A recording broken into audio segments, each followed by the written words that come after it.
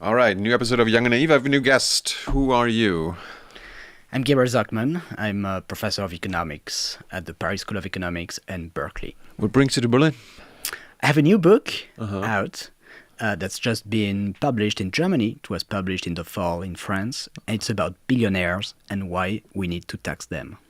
Do we need to tax them? We absolutely need to tax them. In fact, I think it's one of the most important economic and political questions of our time. Why? Because extreme wealth has exploded, billionaire wealth. It's one of the most striking evolution in Germany, in France, globally of the last decades. The super rich have become enormously wealthy, number one. And with that wealth comes power. You know, wealth is a good thing for most people. It's safety for your old days, things like that. But for the super rich, wealth is power. It's the power to influence politics. It's the power to influence the prevailing ideology by buying newspapers, media. It's the power to influence markets by buying competitors. And so an extreme concentration of wealth always means an extreme concentration of power. That's the first problem. Has it ever been different? Yes, because it has changed over time. So, of course, this concern that I just described, it's a very old concern. You know, Aristotle already talks about that millennia ago.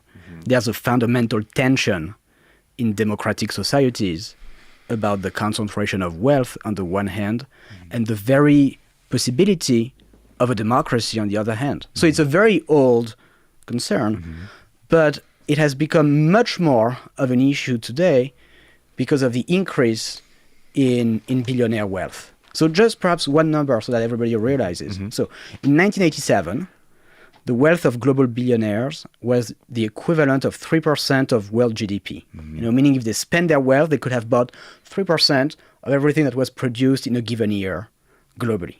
Today, it's about 15%. Okay? So times 5 in just 4 decades. And we see the influence and the power that comes with that everywhere. You know, look at what is happening in the US, where you've essentially had this oligarchic drift and capture by the super rich. Look at what's happening, you know, everywhere, essentially. And so it is, in my view, the fundamental battle of the 21st century. In fact, the battle between democracy and oligarchy.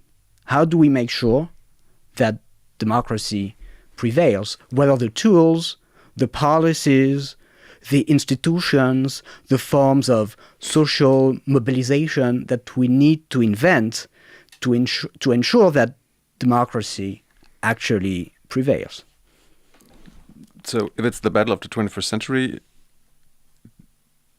should the goal be getting rid of oligarchy? Overcoming certainly. Oligarchy. Overcoming oligarchy, yes, that's the goal, for sure. Because you said we need to tax the billionaires, not get rid of them. So it's an important question, this question of whether billionaires should exist. Or to put it differently, what should be the limit? Should there be a maximum amount of wealth? That's an interesting idea. For instance, there's a long tradition of thinking and policies for having a maximum legal income. Like some countries like the UK or the US in the middle of the 20th century came very close to having a maximum legal income with top marginal income tax rates of almost 100%.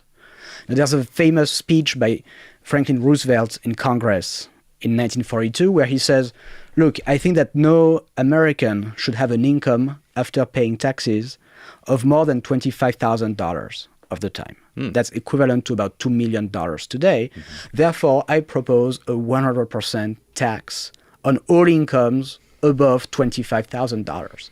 So a legal maximum income, in a sense, of $25,000. And in the US, you know, the Congress people were like, 100%, maybe that's too much, but they agreed on 92%, which is really not very far from 100%. And so the reason I say that is because it's just to illustrate that some countries came close to having a legal maximum income, and for reasons that were well understood at the time. The idea was that very high incomes didn't add anything to society. If you earn a ton of money, if you earn a lot of money, to some extent that's good, but too much is not good. Too much income primarily is going to be earned at the expense of other actors in the economy, other groups. It's going to be workers who are going to have lower wages, or customers who are going to pay higher prices. But there is something in those super high incomes which is inherently zero sum. Mm-hmm. That was the idea, and so hence the idea of kind of capping the income that people can earn. And so you could apply the same logic to wealth. Mm-hmm. And the logic is pretty clear. Imagine that there is a kind of accident and someone by chance on the planet becomes a super trillionaire, like owns 100 trillion euros in wealth, 99% of the world's wealth. Do we want this possibility to exist? I mean, it kind of looks... Probably not. It kind of looks like that's the way it's going, right? Like, it's not. Less and less billionaires have more and more of the wealth? Well, we have more and more billionaires, and they have more and more of a share of the world's wealth, to be sure. Yeah. But we're not yet in that situation where one person controls like 99% of the world's wealth. But we don't want to be in that situation. Not yet. Yeah. So if we don't want to be in that situation, there has to be some cap, right? So I think I agree with that idea. At a high level, everybody agrees that there should be a maximum. Right. Then the complicated question is, of course, what the maximum should be. Is it 1 trillion, 100 billion, 10 billion, 1 billion? I don't know. Nobody knows. Let democracy decide. Yes, why not? Of course, I think these are, by the way, I think these are questions that can only be decided through democratic deliberation and the vote. Meaning nobody has the answer to questions like that. These are not answers that academics, economists, or anyone really can provide. This is only through collective deliberation that we can agree, and through the vote that we can agree on such policies. But so I think it's going to be an important debate in the 21st century, this question of maximum wealth. But that's not been my main focus over the last few years. I don't think that this is necessarily like the priority in terms of policy. My objectives in the book that I just published are more modest, or simply moving from a situation where the super rich pay very little in tax, almost nothing in income tax in particular, much less than the rest of the population, to a situation where they would pay at least as much as the rest of the population. And I think, so it's a different objective, but it's also incredibly important because it's a question of equality before the law. Right. And so I want everybody to understand that we live in societies. All the studies that have been made everywhere show the same results. In societies where the super rich pay, all taxes included, only about half as much in tax as the rest of the population. Okay, so you take France, for instance. In France, the average French person, all taxes included, pays 50% of her income in tax, VAT, income tax, property taxes, everything. Okay, for billionaires, it's only 25%. Okay, what it means is that for €1 that you earn, the average person pays 50 cents to the government, when the average billionaire pays only 25 cents to the government. And so that's the situation in France, but that's also the situation in the Netherlands, in Italy, in Sweden, in Norway, in Brazil.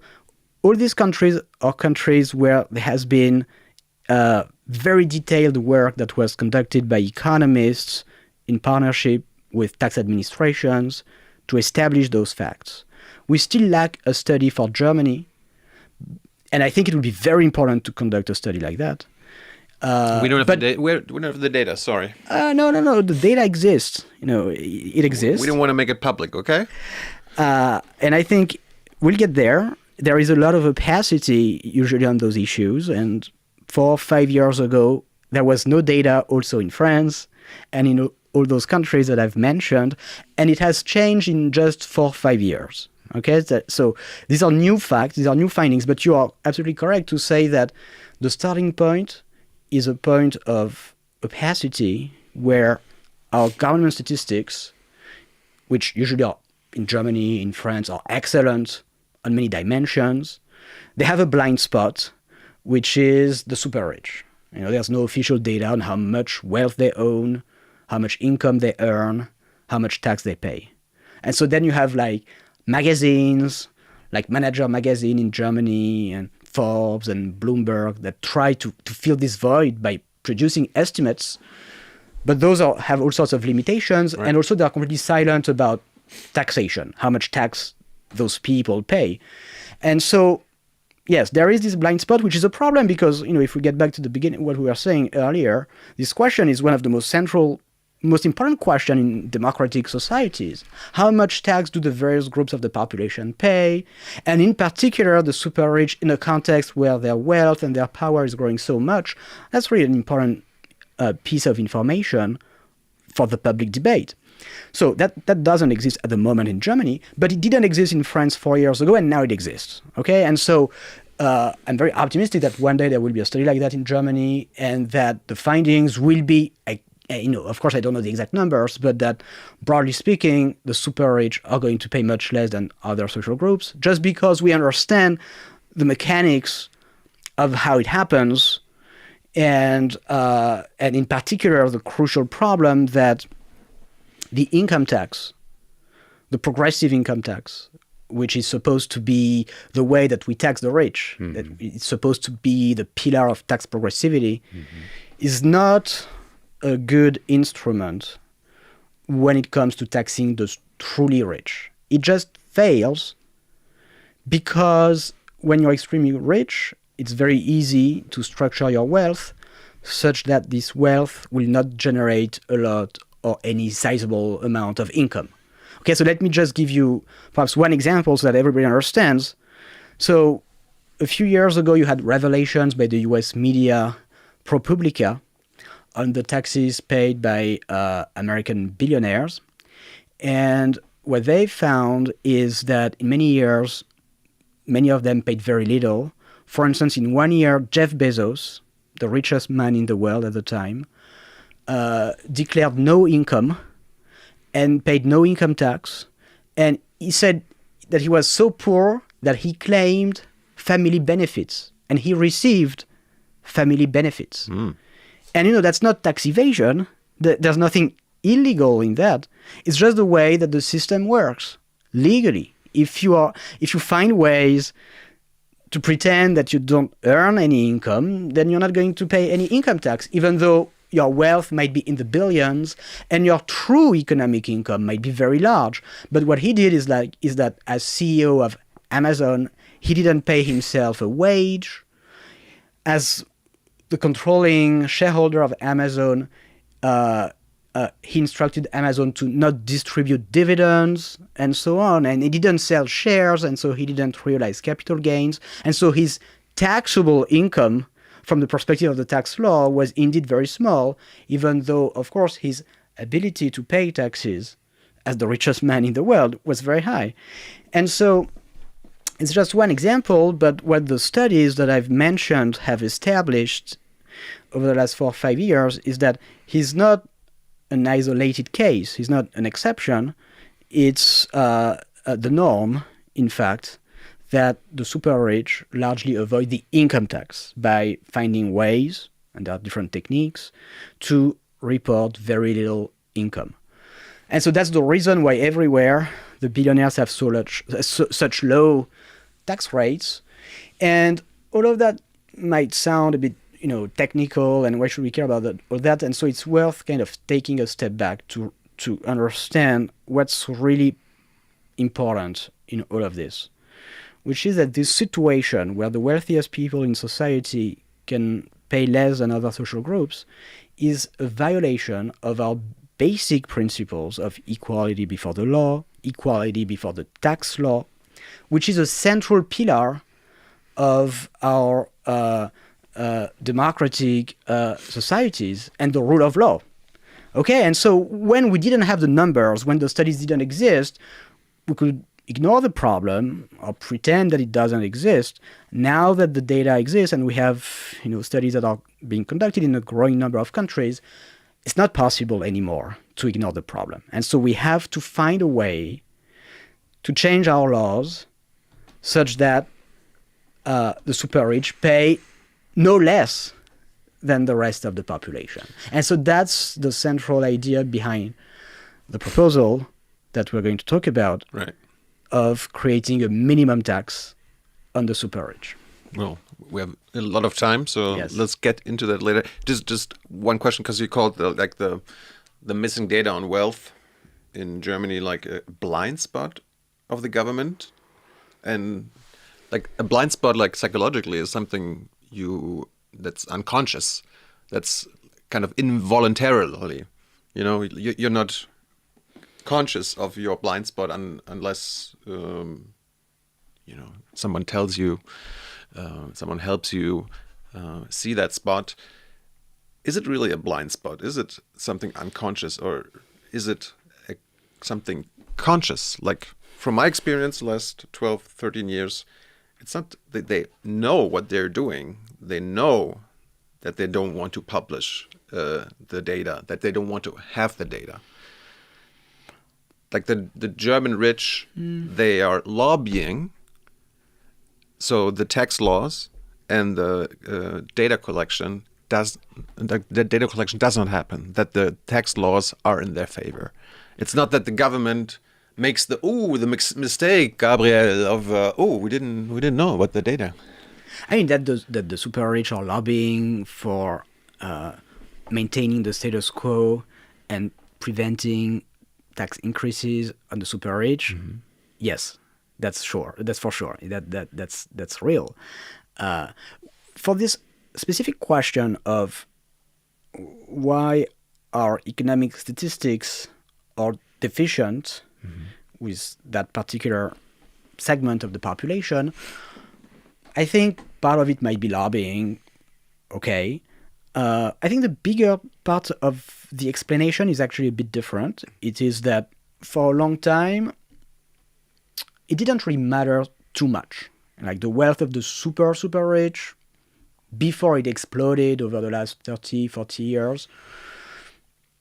Okay, people knew that probably they didn't pay a lot of tax. That was a problem, but the budgetary, the government tax revenue stakes involved were relatively limited because their wealth was, of course, much larger than the rest of everybody else, but relative to the size of the economy as a whole, was not as important as today. Okay, and so I think that that's part of the reason why probably there was not this investment that was made in measuring that part of the economy. Now that their wealth has exploded, there are first-order budgetary, fiscal implications with the taxation or the non-taxation of the super rich. And so now it has really become unacceptable, indeed, to have so much opacity on that issue. But again, my perspective is that progress is being made.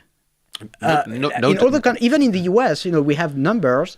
It's been possible to work with the tax administration to produce statistics on how much taxes the top 400 wealthiest Americans pay. And so, the sense of history is that there's going to be progress in that direction, and economic statistics, they keep improving, and sometimes it's important to measure new aspects of the economy, and I have little doubt that it will become part of official government statistics in the coming years. No doubt that progress is being made. I wanted to compare everything to climate change, because that's what it reminded me of what you just said. But progress can be too little too late when we talk about saving our democracy. And I kind of understood you regarding having the data and collecting the data, especially because we don't collect it here. We have the data when it comes to fighting climate change. We know how our economic system, how the way we conduct our economy, how we, through growth and everything, our planet is dying, or the climate is being destroyed by us. We have the data. Mm-hmm. We know what the problem is and what the solutions are, and still it's getting worse, despite having the data. Mm-hmm.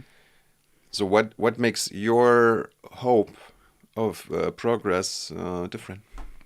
Oh, look, I agree with you that having the data, it's a necessary condition for progress, but it's not sufficient. It's not progress. In itself, it's not enough, but right. You have to start with that. Sure. And there would be no discussion, no policy, no political discussion about what to do about climate change if before that there had not been so much work by the scientific community to establish the facts. Mm-hmm. And so that's really essential. But it's not enough. It's not sufficient. It's just not the data in itself that's going to lead to concrete change. Mm-hmm.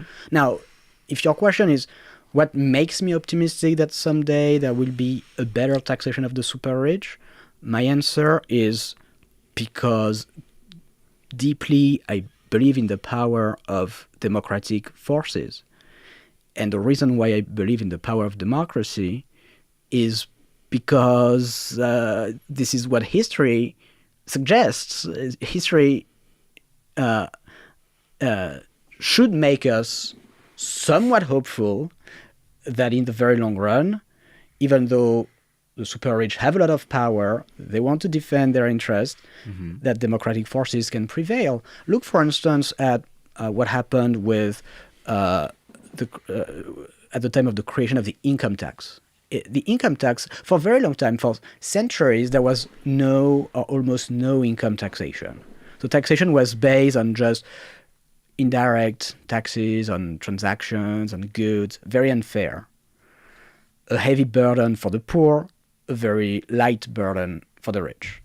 And then at the end of the 19th century, early 20th century, you have this international movement where different countries create their own progressive income tax. And these were very brutal political battles.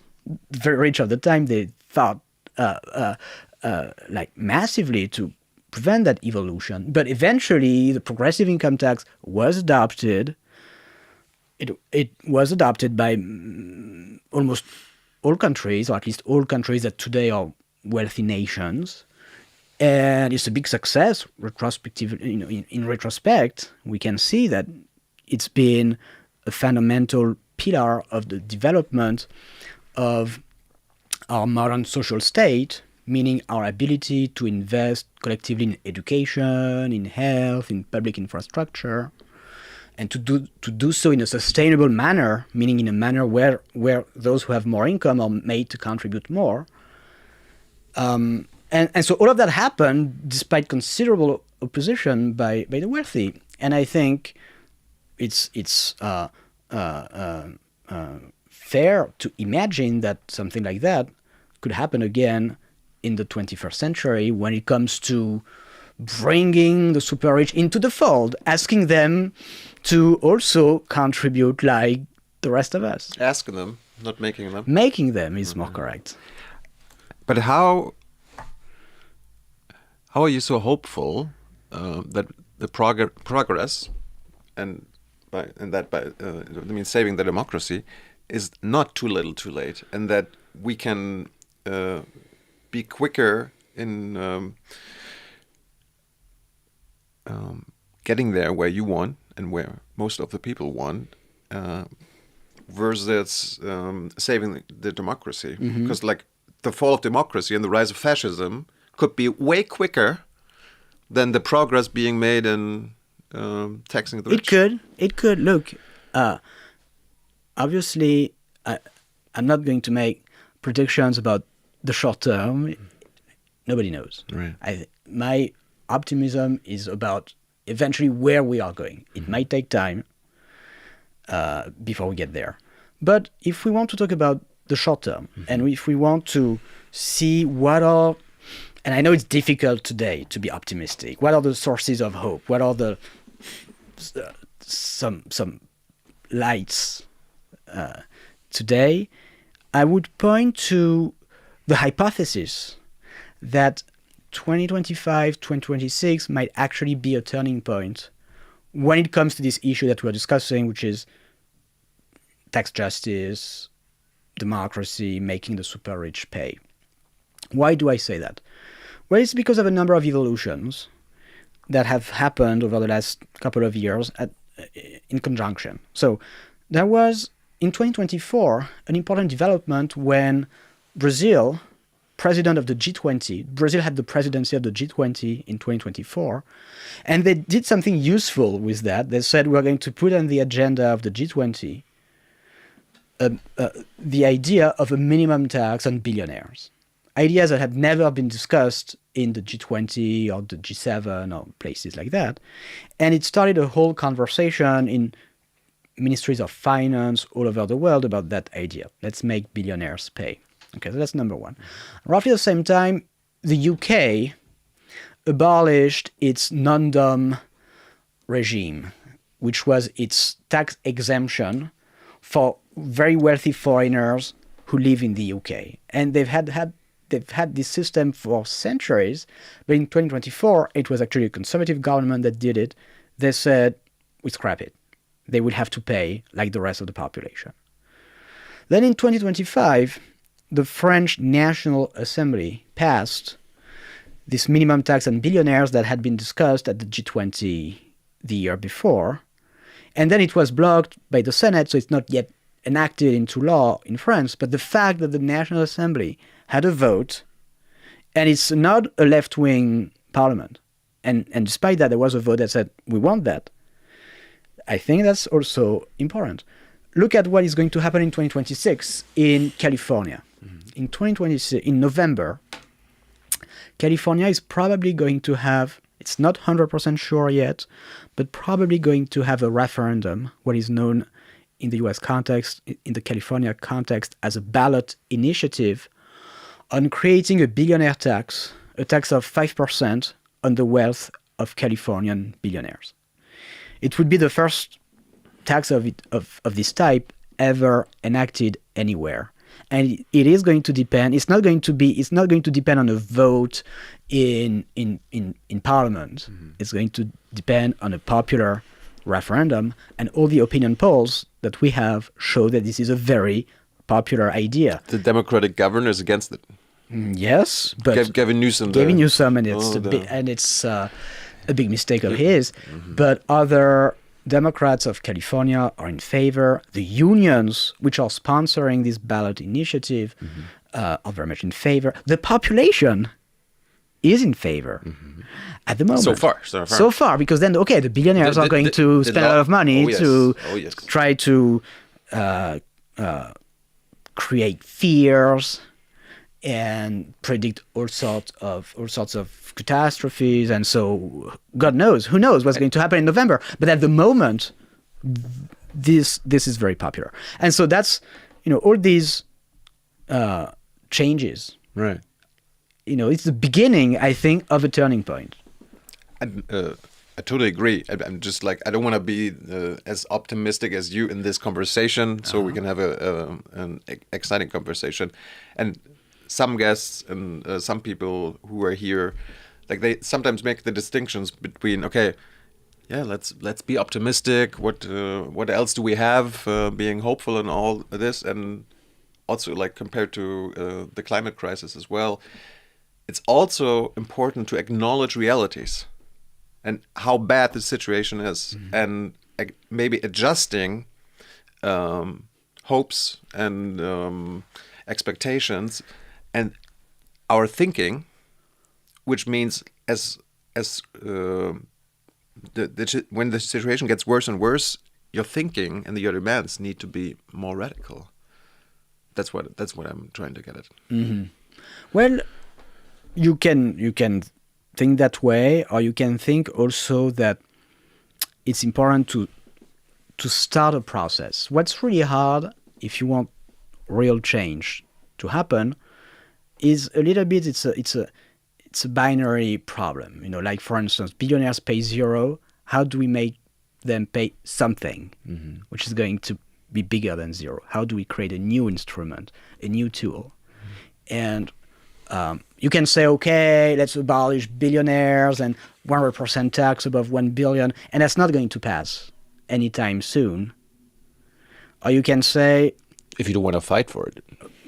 If you don't want to fight for it. But and also what history suggests is that you might get there, but you don't get there at once like that. You get there first by creating an understanding of the problem, by experimenting with something that's going to be perhaps less radical, less bold than what we might eventually need, but then demonstrating that this experimentation actually is compelling and it's possible to go beyond. And, people learn by also observing and they update their beliefs and political preferences and their vote based on observation, not only arguments and theoretical debates, but also, the reality. So now if we have a new tax on billionaires and, it's not the end of the world as the opponents predicted, right. Okay, then the conversation can move forward. And so that was a little bit the idea behind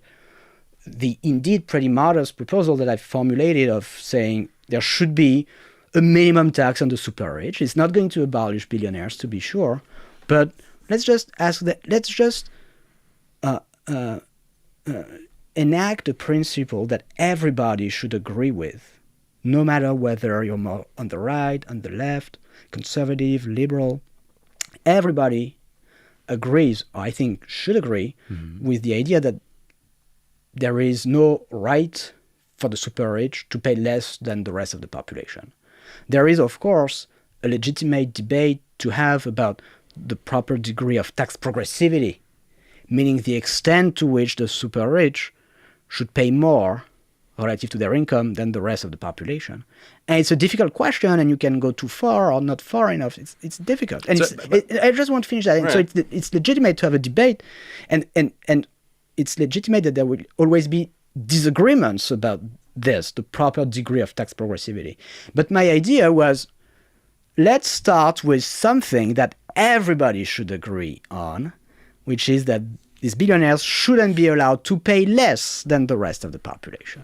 And indeed, when you look at opinion polls all over the world, it's like 80% of people, 90%, who say, of course, we agree with that. And so we agree with the idea of a minimum tax on the super rich that would force them to pay as much as ordinary workers, as working class individuals, as the middle class, as the upper middle class, and so on. And so let's start with that. It's already a pretty big fight. Sure. But it's a fight that can actually be won in a reasonable time frame. And it's not going to be the end of history, let's be clear. But it would be a sea change relative to the current situation where you have one fraction of the population that just essentially lives outside of society, has its own set of rules, of laws, meaning for them no or very little in tax, and bringing that group of the population into the common law, that would be a small extension of the perimeter of democracy. And it's not an easy battle. You might say, well, it's not ambitious enough. Well, no. It's already pretty complicated. But I agree with you, it's not going to be the end of history. But basically, you describe that in the end, it is a disagreement on principle. Like the one principle you describe is, okay, billionaires and the super rich shouldn't pay less than anybody else when it comes to taxes. And the other principle of the super rich, they shouldn't exist. Mm-hmm. Billionaires shouldn't exist because it's undemocratic. Mm-hmm. But you say the principle, the principle of they should at least pay as much as the rest. That's an easier political principle to follow. Oh, because it's so overwhelmingly accepted and popular, so and yet today, but what's really important is that it's overwhelmingly supported, right. And yet it's blocked. Yes. when you have a vote in parliament, you have a majority of our representatives. In France, the Senate eventually blocked the law that was passed by the National Assembly, but pretty much everywhere the situation is the same, where there is this massive disconnect between the popular support for this idea, the democratic support, and what the current elected representatives and political parties are willing to do. And it's kind of bridging this gap, which is a central a problem, a central goal for today. And, what I want to say is that it's not like an easy battle to win, number one. And it's also something that if we manage to make progress on that specific issue, would open a realm of possibilities. Why do I think that? Why do I believe that? I think many people have become convinced that governments are powerless when it comes to regulating the economy, when it comes to creating a more just, a more fair society.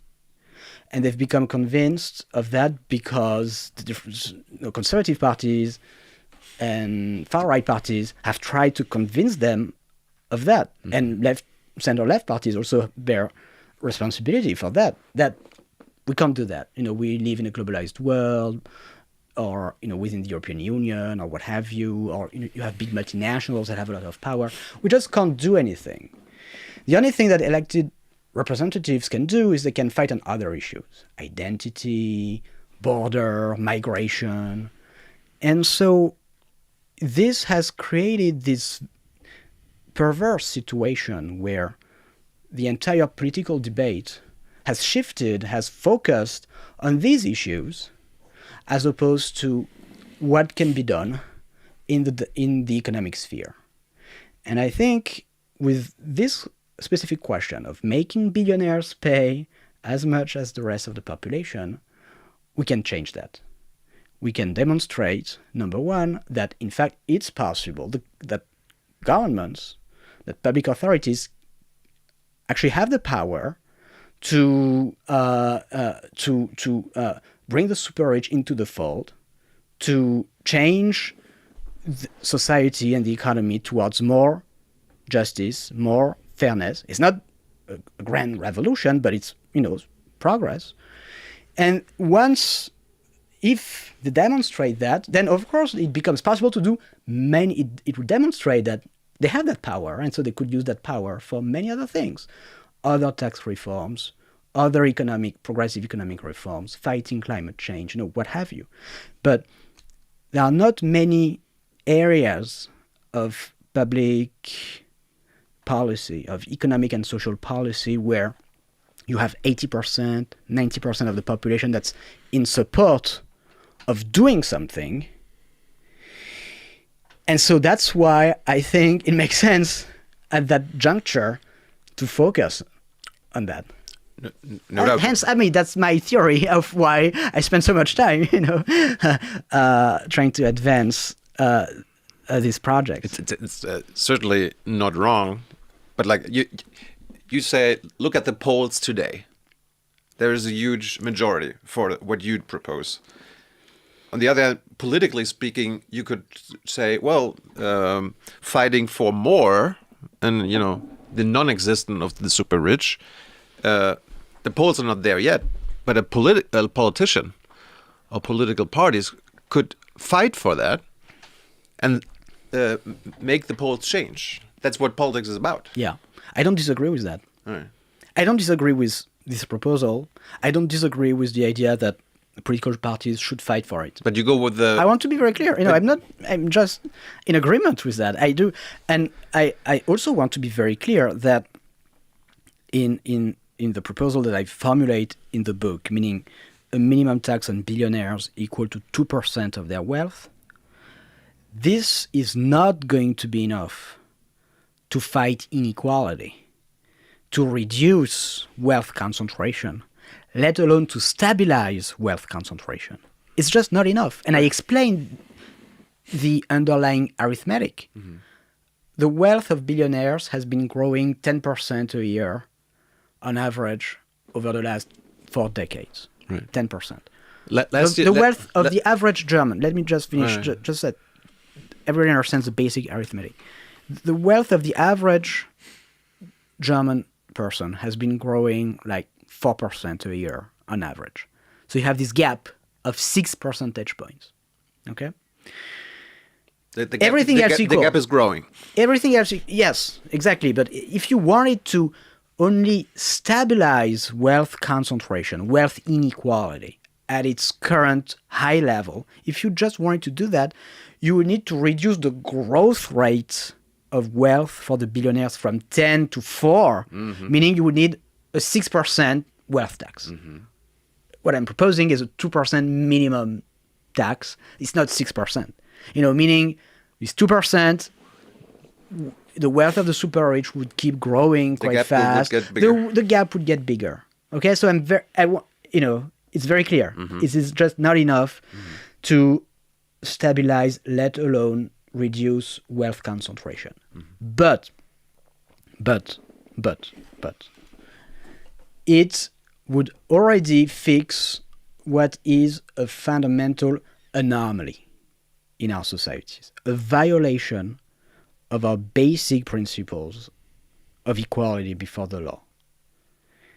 This situation where these billionaires can pay less than the rest of the population. It's fixing that problem. It's not fixing this other problem that you're mentioning, which is a problem dear to my heart, believe me, which is this growing wealth concentration. But I think fixing problem 2 will help us fix problem 1. Now, if you're telling me I want more political parties and more people talking about fixing problem 1, right.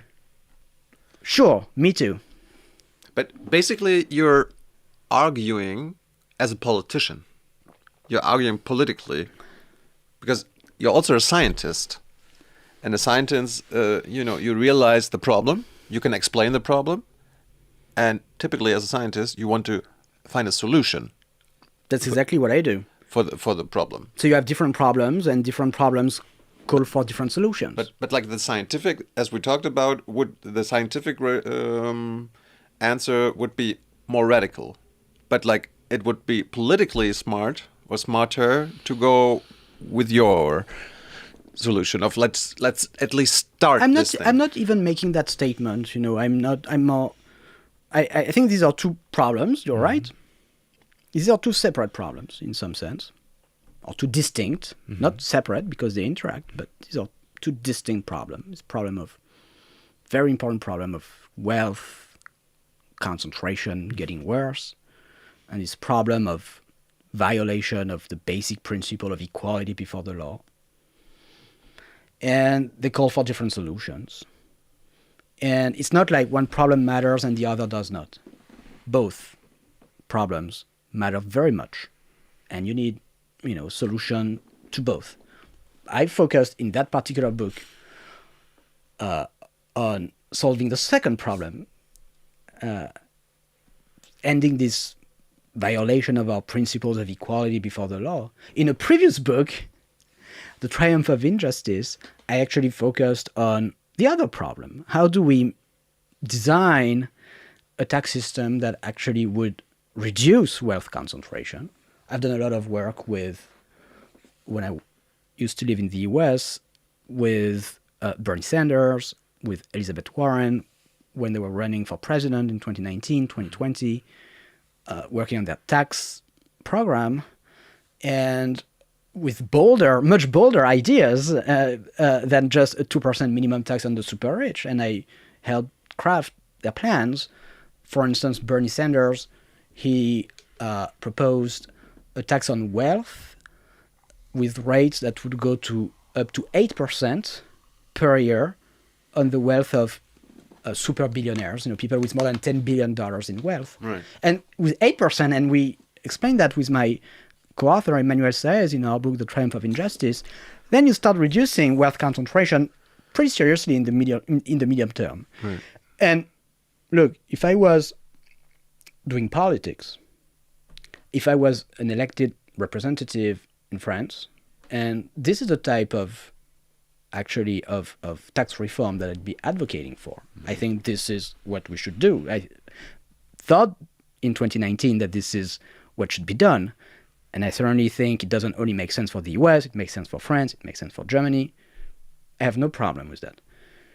I also think that we need to make progress on that issue, and how to put it, I also think that what has changed mostly in my thinking since that earlier book, The Triumph of Injustice, is this body of work that has emerged since 2019, 2020, that has revealed this kind of new fact about billionaires avoiding the income tax.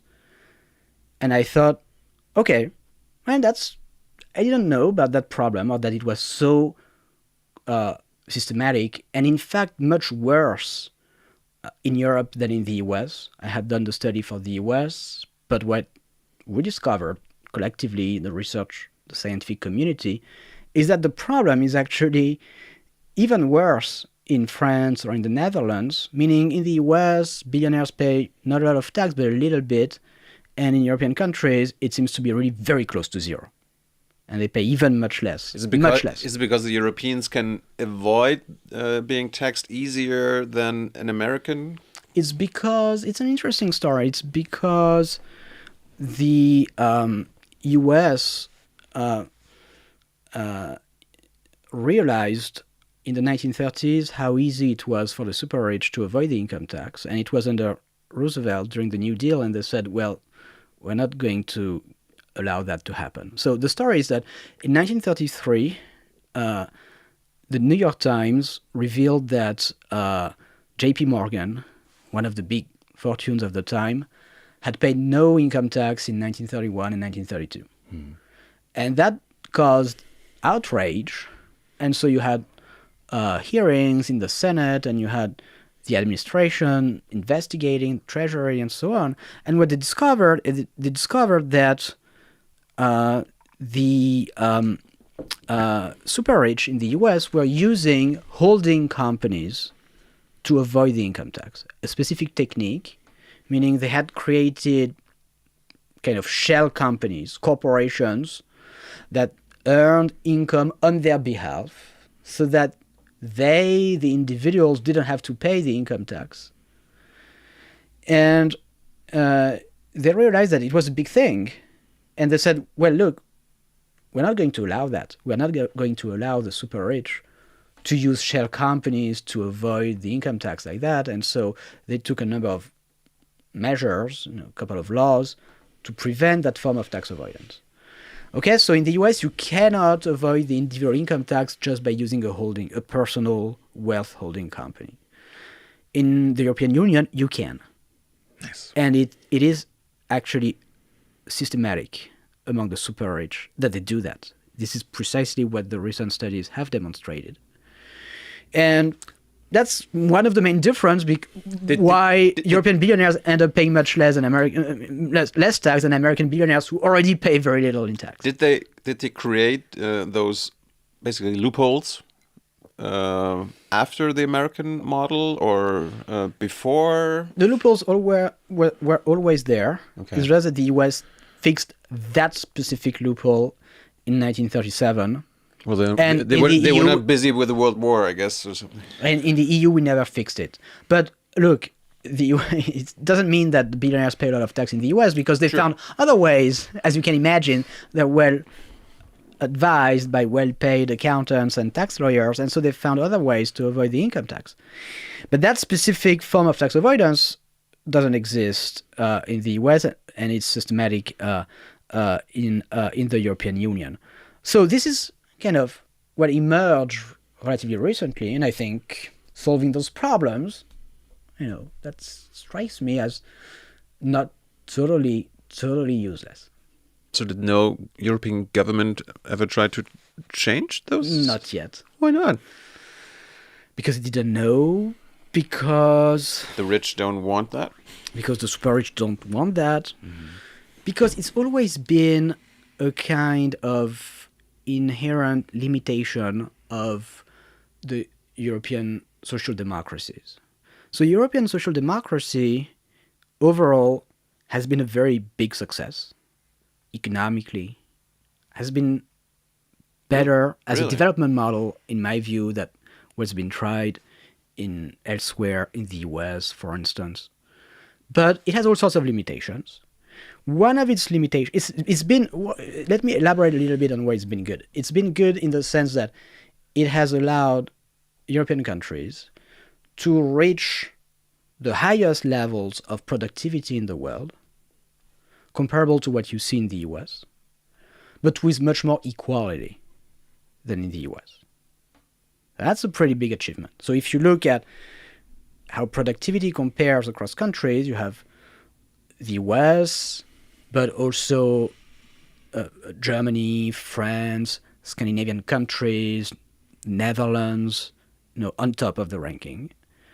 And people in Europe, they work less than in the US, fewer hours, they have more paid holidays, they have a shorter standard work week, and so their overall income is lower than in the US, but the income per hour or GDP output per hour worked is pretty much the same in those countries as in the US, but with much more equality. That is a pretty significant achievement of the European social democratic model. But coming back to the limitations, one of the limitations is that the social democracies never tried to do anything about extreme wealth and kind of struck more or less implicitly a kind of bargain with the super rich, which was something along the line of, we're not going to try to tax you or bother you too much. You can have your own set of laws and rules. If you don't bother us too much and you let us do what we want to do with labor laws, with universal health care, with other very important aspects of the social democratic project. So there was this kind of implicit bargain. And again, when the wealth of those super rich people was not so big and their power remained quite limited, it could be okay. Now it's much less okay. In particular, now that they control, in a country like France, much more of the media.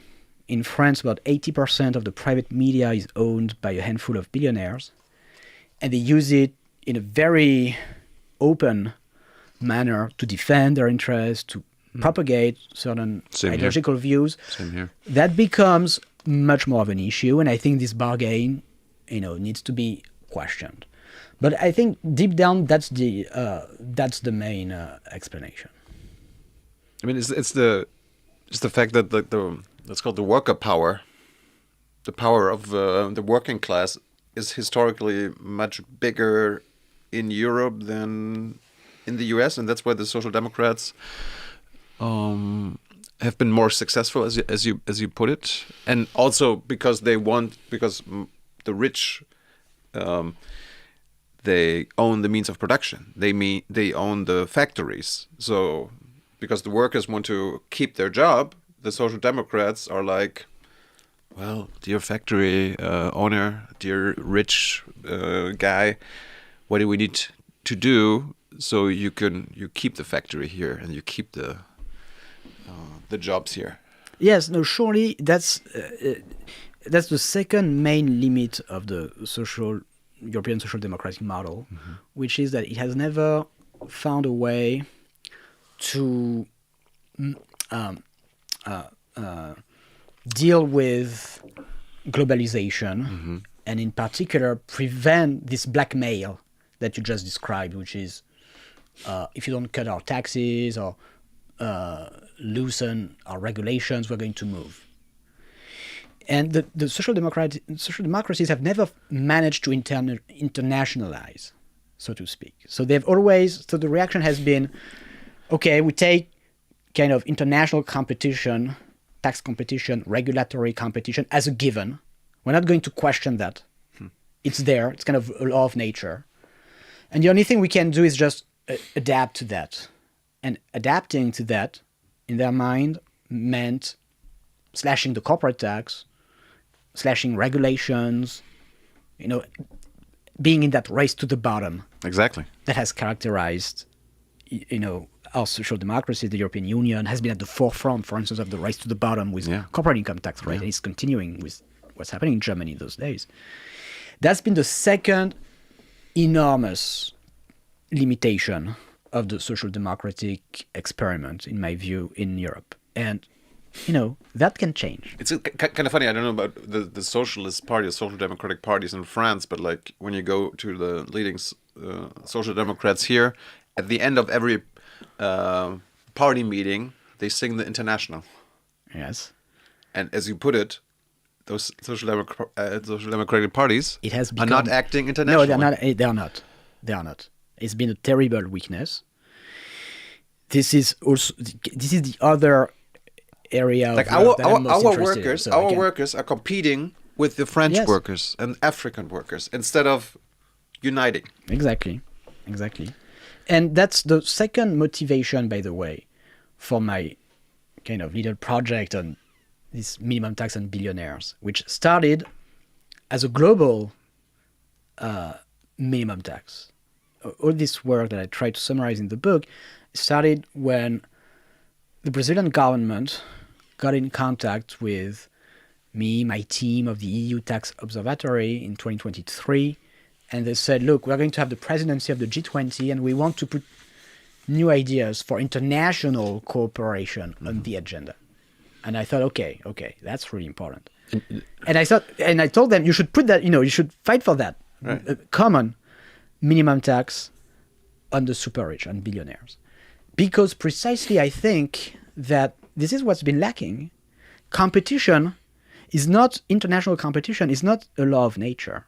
We choose competition collectively, just like we can choose coordination, right? And so here there was an opportunity to actually start to discuss the possibility of making other choices, namely the choice of coordinating on having a tax on billionaires.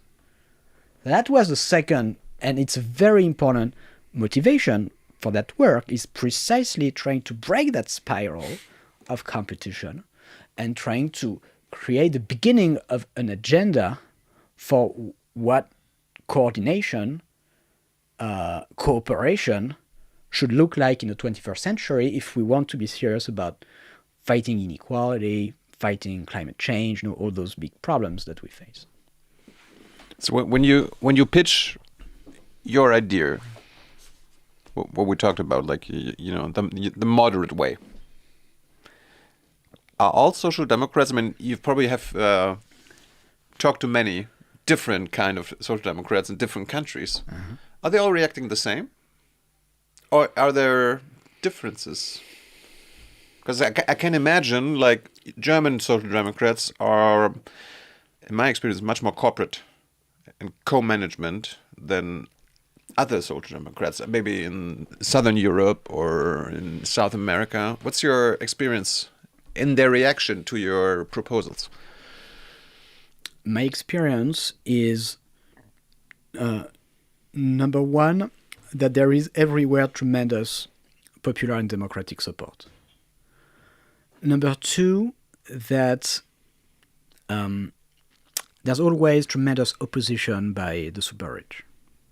Number three, that the parties that could support this idea, like social democratic parties, I think they're not far from endorsing, from supporting, but you have to understand that it is a new idea. It is not a very complicated idea, but it comes in a context where there is a long history with wealth taxation, for instance in Germany, but in most European countries as well. And the wealth taxes that existed in the past really didn't work well. So the historical track record is not good. And so when you tell people, look, my idea is there should be some minimum tax on the super rich based on wealth, their immediate reaction is, oh, but we've tried to do something like that at some point and it just didn't work. Hence, it's not going to work. Mm-hmm. So that's the overwhelming reaction. And that's why it's very important for everybody to understand, and I try to spend a lot of time explaining why that reaction is wrong. And why it's wrong is because what's being discussed and proposed today is radically different from what was done in the past. This is not about let's recreate the German wealth tax. This is about trying to learn from the mistakes that were made to do something that would actually address those problems and that would be much better. So this is about doing the work that, this is what we economists can do. At the end of the day, this is our value added in those debates, is studying the international and the historical experience to try to draw lessons about what worked and what didn't work, and what didn't work, how can we fix the problems. So the wealth taxes had all sorts of issues, and we can talk about that.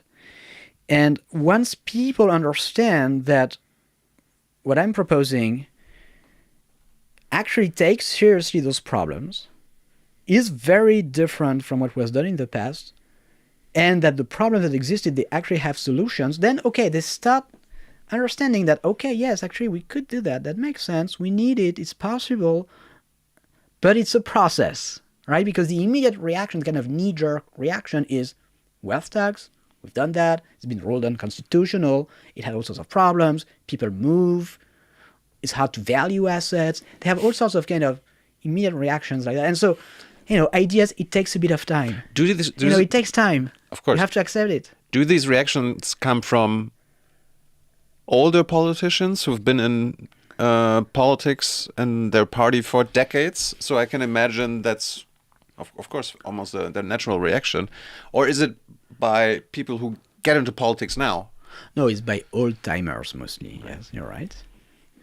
Because that seems to be one of the problems as well. But it's also at the heart of kind of this disconnect between, why do 80% of the people support and only 30% of elected representatives? It's because you have these 50% of people who've been there for a long time. Career politicians. And they sometimes for bad reasons, they don't understand because wealthy people do not want them to understand.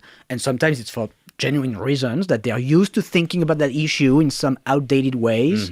And you have to accept that it takes time to explain why things are different and why the problems have solutions and so on. What about the biggest parties in France right now? I don't know the polls. I mean, there are socialists, the Socialist Party, but do they still exist? But what about the biggest parties? Macron, Le Pen's party, and all this.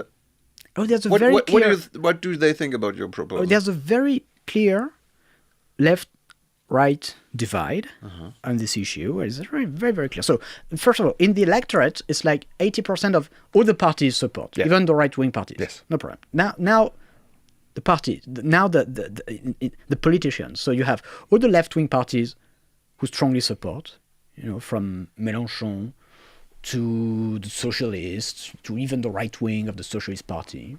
Pretty much all agree.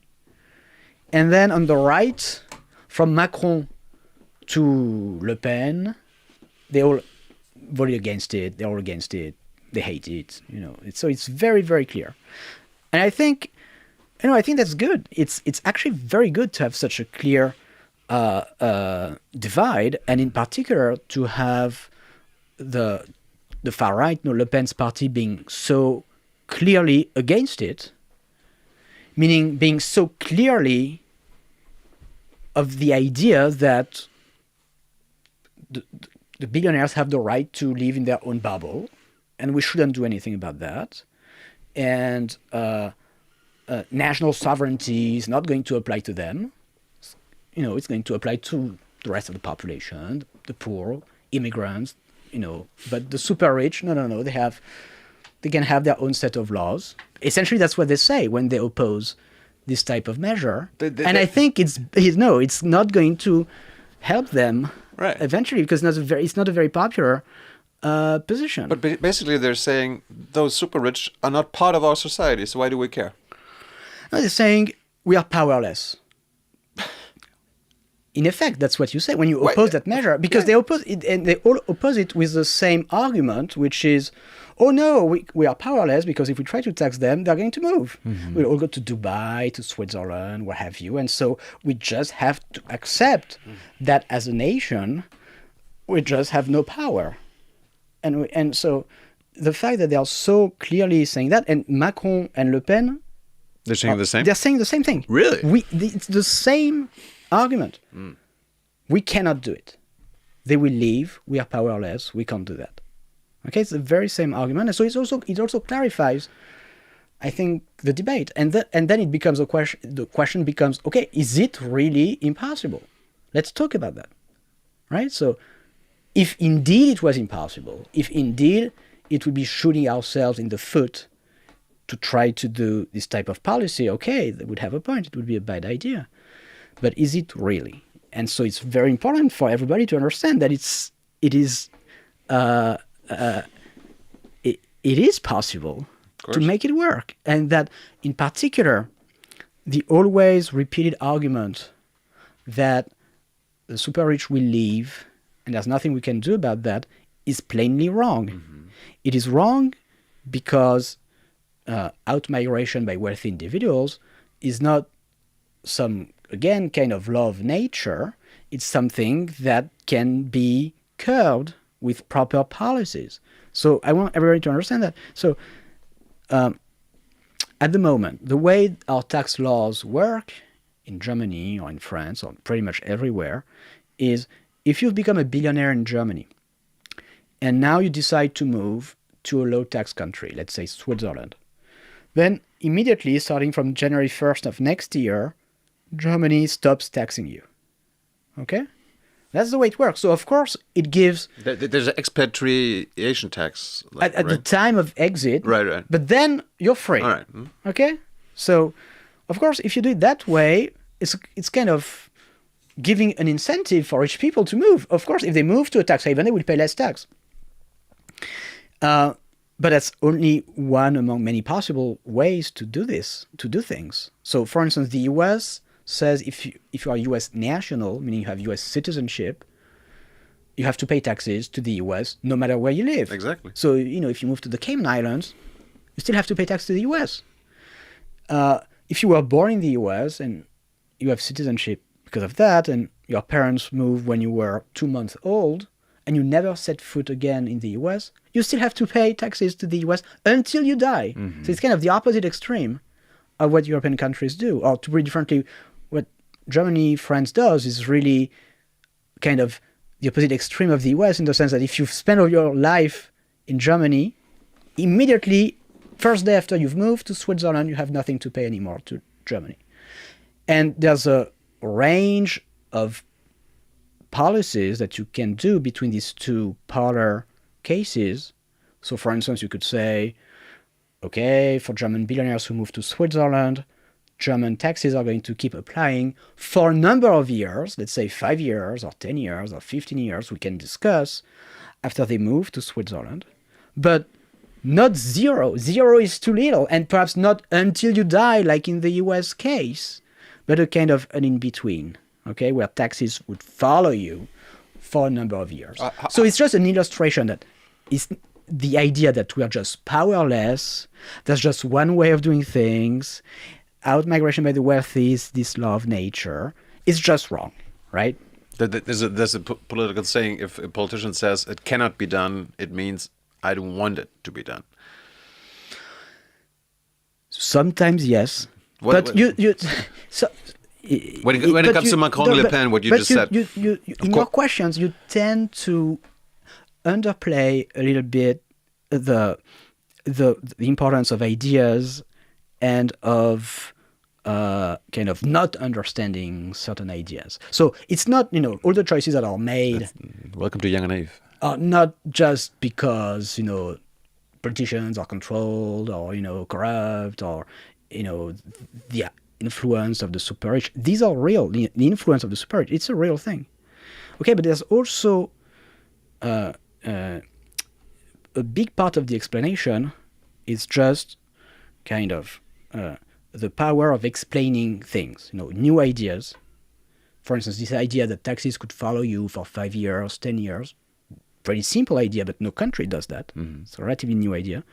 And it takes time for people to understand, but we will get there, right? I think that's going to be that's going to be the norm, in some years. For a long time, it was a system that would be difficult to implement because there was a lot of financial opacity in tax havens. There was bank secrecy in Switzerland and places like that, in offshore financial centers. And so there was this feeling that once rich people have moved to those places, it becomes just impossible to track their income and their wealth. But since 2018, there is an automatic exchange of bank information between pretty much all the world's tax havens and the tax administration of Germany and more than 100 other countries. So that it's relatively recent, but now it's become possible for those tax administrations to keep track of the income and the wealth of billionaires who move to those tax havens. So the system I describe, first, it's relatively new. First, it's a relatively new idea. Second, it's relatively new that it could actually be enforced effectively. And so that's what makes me optimistic again that we'll get there. So interests, class interests, the influence of money and wealth, very important. It exists. But the power of idea, the power of democratic forces, also very real and also very important. I'm just contrasting your optimistic view with a realistic view to make it an exciting interview. If you were the realist here, I would be the optimist. I'm both. I'm the realist and the idealist. I mean, right now, when it comes to Europe and the nations, we live in a time that the world is reordering, and many people are saying Europe needs to get their shit done. And maybe European Union, there needs to be a next step. Maybe let's call it United States of Europe, or like a political entity, a European nation or something, one state. Would a European wealth tax or the taxation you have in mind, or both of us have in mind, be easier with one state nation in Europe than with 27 different ones? Or would the hurdles be the same because it's ideology? On some level, yes. For sure, it's easier to deal with these problems of international competition, tax competition in particular, at a more federal level. Okay. But deep down, I think that it's not necessary. And it's not so important, in fact. Or to put it differently, there's a lot that individual countries can do without any form of European coordination, let alone a EU federal state. And it gets back to the discussion we had. The main obstacle that people have in mind when you're talking about unilateral policy, one country alone trying to tax the rich or do things like that, is migration. Okay, the rich will move. But I've just explained how one country alone can actually prevent that, can enact policies that will say, no, we're just going to reduce the incentives for the very rich to move to a tax haven because it will be neutral for their tax bill. If they move, their origin country, where they've built their wealth, where they became billionaires, we'll keep taxing them as if they were still a resident of that country. And the logic, first of all, is very clear. Is if you've become a billionaire in Germany, that's in fact, in large part, because you've benefited from public investment, from infrastructure, from education, from healthcare, from the law courts that have protected your properties, and so on. And so there's just no natural right once you've become a billionaire to move and to have no tax to pay anymore. And you've also benefited from the knowledge that was accumulated by centuries, by millennia, by humanity. So you have a duty towards the rest of the world, right? So you have to pay taxes somewhere. If you don't pay tax in your new country, it's legitimate for the country where you built your wealth, to collect those unpaid taxes, to play the role of tax collector of last resort, so to speak, right? So you're not taxed in Switzerland, so Germany will collect the difference between what you pay in Switzerland and what you would have paid if you were still living in Germany. This is well justified, in my view. Should there be a difference being made when it comes to taxing billionaires because of how they became billionaires? You just described you described the billionaires of who basically they work hard and they have great ideas and then they become billionaires through their work and through their ideas.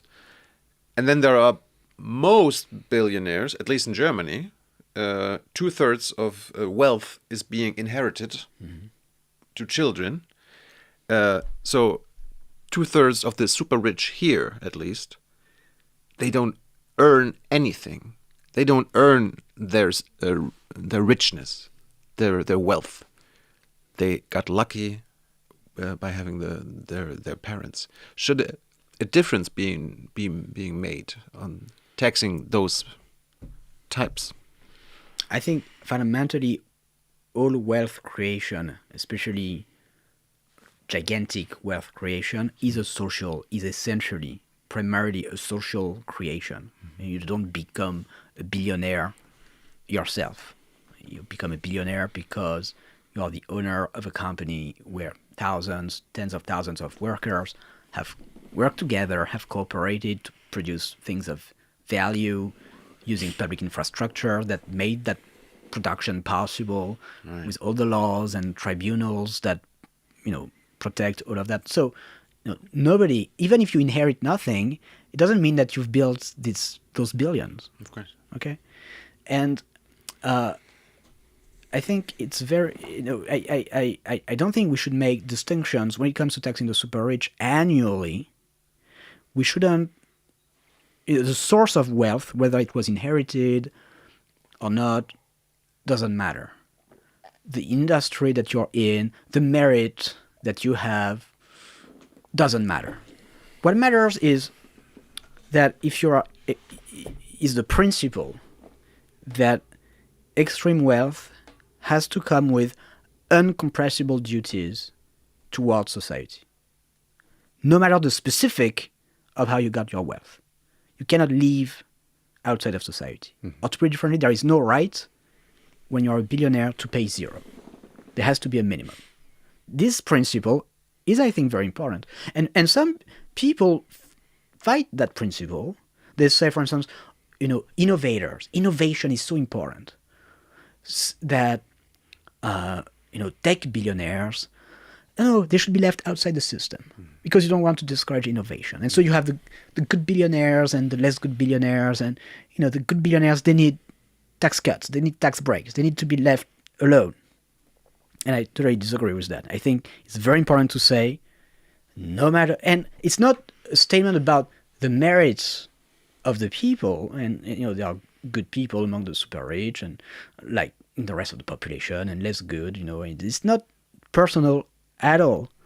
It's about the fact that extreme wealth has to come with duties towards society because extreme wealth is a creation in large part of society and because, we all pay taxes, and so why should some people not pay taxes? So that's quite important.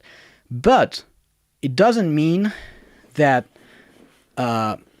whether wealth is inherited or not doesn't matter. It matters because, of course, we have our meritocratic principles, and so that's why you want to have an inheritance tax, right? So in the ideal tax system, you have a progressive income. You have three pillars, in my view. You have a progressive income tax, and that's the most important one, on wage, on all incomes. You have this kind of minimum tax on wealth for the super rich to complement the income tax, because the income tax fails for the super rich for the reasons that we discussed. And the third pillar is the progressive inheritance tax for meritocratic reasons, right? So we think that it's difficult to accept, it's in fact impossible to accept that some people should be born with millions, billions, while the vast majority of the population is born with zero or almost zero wealth. Okay, but so these three pillars are important, and there is sometimes the view that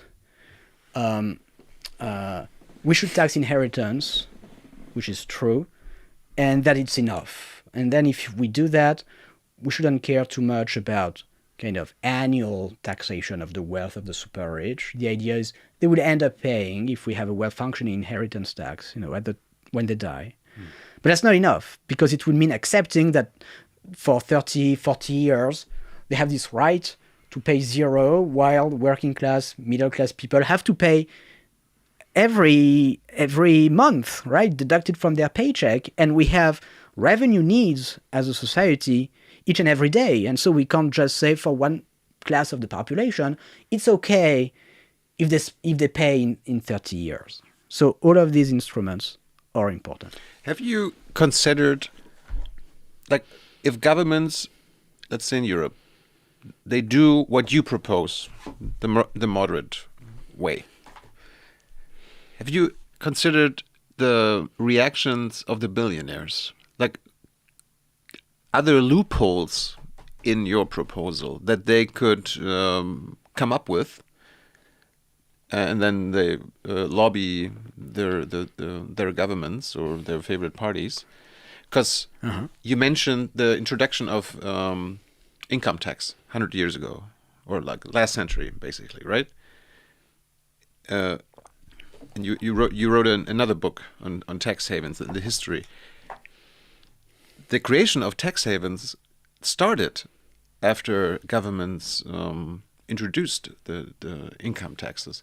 So could there be a reaction of the Zucman proposal of billionaires and be like, okay, let's come up with something new, some new kind of havens? Can you think about that? Oh, well, it's been pretty central in my thinking about, as you can imagine, about these questions, about how to design something that would be effective and that would not be easy to circumvent. Is it bulletproof? Is it bulletproof? Yeah. So the way I hope it is, and I've designed it to the best of my ability so that it's bulletproof. And so what are the ingredients to make this bulletproof? It's not very complicated. If in the law you're right that there are certain exemptions, loopholes, ways to avoid the tax, like for instance, tech billionaires have a lower tax rate, or if your wealth consists of such and such assets, then you have a lower tax rate, blah, blah, blah. If you write things like that in the law, then it's a sure recipe for failure, because the super rich are going to use those loopholes, and there is a whole industry to help them exploit those loopholes. And then it will fail, right? And it's pretty much the story of the failure of the wealth taxes of the past. They had all sorts of deductions for private business owners, for family firms, for what have you. And to such an extent that the super rich, the billionaires, ended up essentially not paying those past wealth taxes. Right. So that's what you want to avoid. Look, I've been a little bit traumatized, in fact, by the historical experience with wealth taxation, which I view as a very serious failure of social democracy. An intellectual failure, a political failure, where the most extreme case is the case of France. In 1981, you have a socialist president who's elected for the first time in the Fifth Republic. You have an absolute majority of members of parliament who are from the Socialist Party. The Socialist Party campaigned and creates a wealth tax.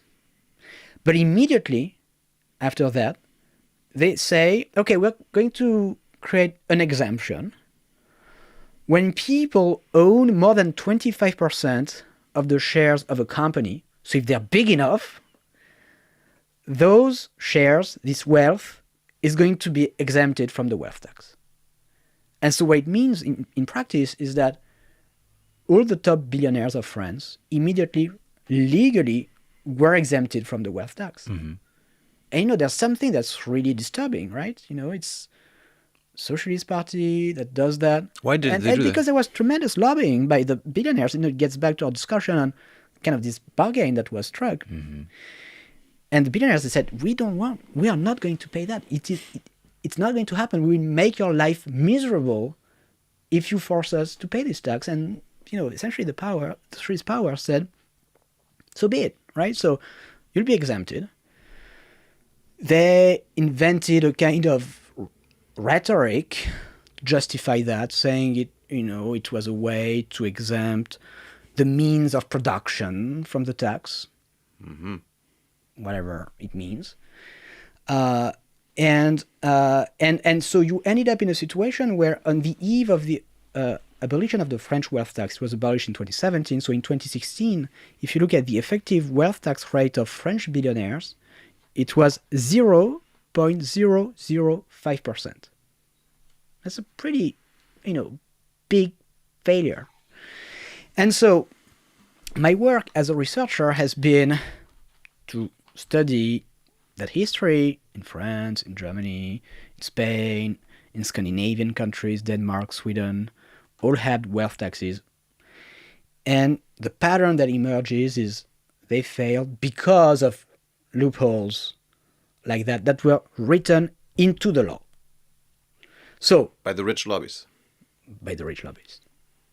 So if you don't want that, so if you want a tax to work well, it's very essential to not do that, to do the opposite of that. No loopholes. So doing the opposite, so then the strategy, let me explain kind of how do you get to no loopholes? Because it's easy to say, okay, no loopholes, but how do you get to actually having a law without loopholes? Just write it in the law. Yes. There's no loopholes. Yes, but what's a good strategy to get there?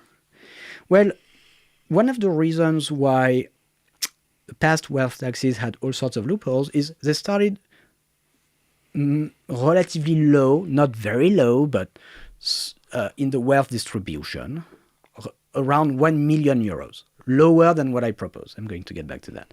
Meaning people who had 1 million, and so that would include people who have valuable homes in Paris, in Berlin, what have you, they were subject to the wealth tax. And so that's many, many individuals. That's about, a few hundred individuals in Germany, in France. And they said, well, it's complicated. For them, the wealth tax was a kind of super property tax.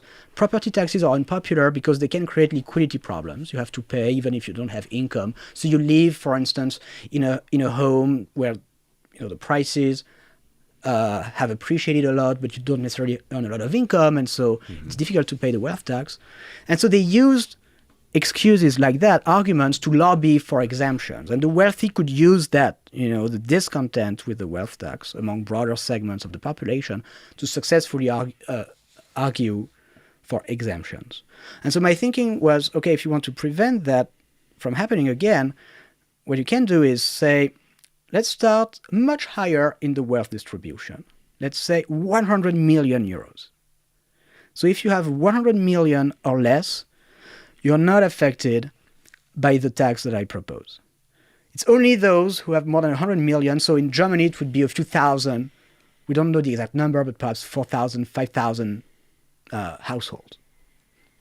Not hundreds of thousands. But in exchange for this much higher threshold, we are going to say, no loophole, no exemption, meaning if you are extremely wealthy, obviously you have a high ability to pay taxes, and so you don't need any exemption or deduction whatsoever. Or to put it differently, it's going to be much easier to impose, to agree on something that's free of any loophole if it's targeted on a very narrow group of the population that obviously needs no loopholes. That was the idea. How did you come up with 100 million? Why not 50, 30? as you can imagine, it was not an arbitrary number. So 100 million, if you look at the different studies that have been conducted over the last few years, is the threshold, the wealth level past which the income tax starts to fail. Or to put it differently, that's above that very high level of wealth, where it becomes very easy to structure your wealth so as to avoid the income tax by using holding companies in particular. Which doesn't mean that, people below 100 million don't do that. Some of them would do that. But quantitatively, the problem is above 100, and especially above 1 billion. That's where the income tax almost entirely vanishes. Like the effective income tax rate becomes 2%, 1%, very close to 0%. Okay, and so quantitatively what matters is billionaires, both because that's where wealth is concentrated. Wealth is much more concentrated than income. And also because that's where the income tax fully or almost fully vanishes. And so that was the reasoning.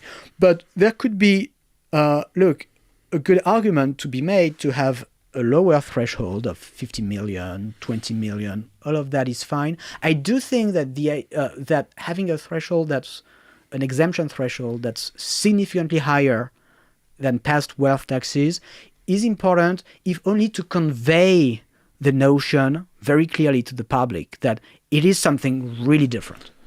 It is very different. It is also different in many other ways, but let me mention just one way in which it's different. It's different in the sense that it's structured as a minimum tax, meaning someone who already pays a decent amount of tax, who doesn't use sophisticated tax avoidance techniques, for instance, wouldn't be affected by this extra tax. So if you already pay the equivalent of 2% of your wealth or more in income tax, then you'll have nothing extra to pay. It's only if you pay less than 2% that you will have to pay the difference to reach this threshold of 2%. So by construction, there is no double taxation, right? It's a fairness measure. There's a floor. If you already are above that floor, good for you, fine. We're not asking you to do more, even though we might have good reason to ask you to do more, but not with that specific system. But if you're below that floor, there's an anomaly that needs to be fixed. Could this threshold be democratically decided? Could like a parliament or... It's not that they could be, it's that they must be democratically decided. So like it's the only way to decide. So the public could come up with a sum of 20 million. Like that, of course, but okay. It is. This is just your number. It's just to feed a debate, to start a conversation, and then I explain why I picked 100 million. It was not an arbitrary number, but then people might say, no, we think, look, there are going to be cases below 100 million where people pay less than 2%, so why should they get scot-free, so we should lower the threshold. You're going to have other people arguing, more conservative people arguing the opposite, saying, okay, 100 million, you might have liquidity problems, so why not having 200 million? Fine. And it's, again, what my belief is that it's not for economists, it's not for anyone individually to decide. It's only through democratic deliberation that this can be decided. How do you avoid, like a billionaire splitting their wealth? And be like, okay, I have 10 kids. Each of them get 100 million or like 90 million. So I'm not a billionaire anymore. I'm below 100 million. My kids all have 90 million as well. I'm not part of this threshold. Well, it's pretty rare to have 10 kids, number one. Number two, even if you do and you are a billionaire, you don't want to give your wealth to your 10 kids because you don't want to lose power and control over your business. Mm-hmm. So it doesn't happen. When they have the wealth, they want to keep it until they die. If they really give it away, and there's a true equalization of wealth in the sense that it's not purely formal that they've given it away, but it's an actual loss of control for them, fine, they are not as rich as they used to be. They've given 90% of their wealth away, and that's okay. But never works like that. They want to keep their wealth. They want to keep control of the business, and so they are not going to give it to their kids. How's the situation actually in France? I mentioned that like 2/3 of all wealth in Germany is inherited. How's the situation in France? It's pretty much the same. Really? You know? It's pretty much the same in many countries.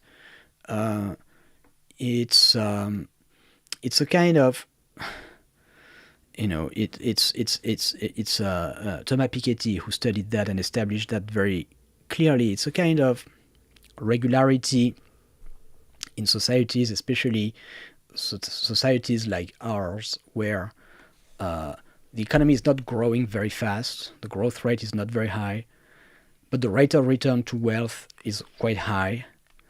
Then in economies like that, structurally inherited wealth plays a pretty big role in total wealth, because what comes from the past grows at rate R, the rate of return to wealth, and newly created wealth, you know, just grows at rate G, the growth rate of the economy.